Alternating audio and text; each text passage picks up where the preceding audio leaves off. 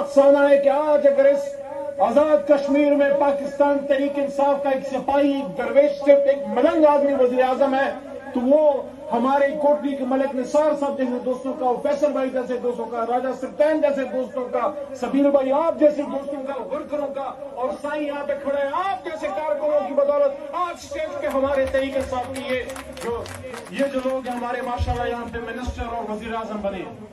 تو عمران خان صاحب کی اصل طاقت ان کے وہ کارکن ہیں جنہوں نے نگری نگری پاکستان کے ہر کونے میں، کشمیر سے لے کے خیبر تک اور خیبر سے لے کے بھی آپ دیکھ رہے ہیں بلاول صاحب نکلے، وہ کہتے ہیں عمران خان صاحب کو کہتے ہیں 5 دن کا میں الٹیمیٹم دے رہا ہوں. میں ان کو کہتا ہوں پہلے اپنی سندھ کی تو خبر کر لو. وہاں جو تمہارے خلاف جو سندھ کے اندر ریوولٹ کھڑی ہوگی، عوامی ریوولٹ، عوامی عدم اعتماد. لیکن کچھ باتیں سیاسی ہوتی ہیں، کچھ ہم نے اپنے دل کے درد سے بات کرنی ہے. جیسے جب ہم کشمیر پہ بات کرتے ہیں تو کیا ہم اس درد کو بھول سکتے ہیں جس درد میں بابائے حریت جو ہے اس دنیا سے دار فانی سے کوچ کر گئے؟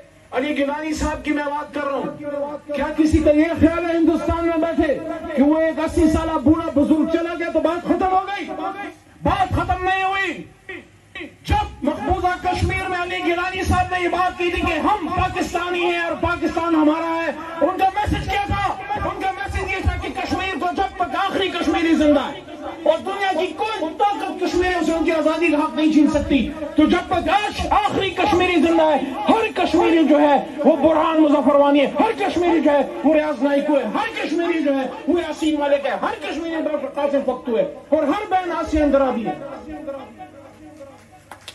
لیکن ہم نے اپنے ان جذبوں کو جوان رکھنا ہے، اپنے آنے والی نسل کو بتانا ہے کہ ہم نے تا قیامت انتظار نہیں کرنا، ہم نے تا قیامت ہندوستانی ڈوگروں کے نیچے نہیں رہنا. ہماری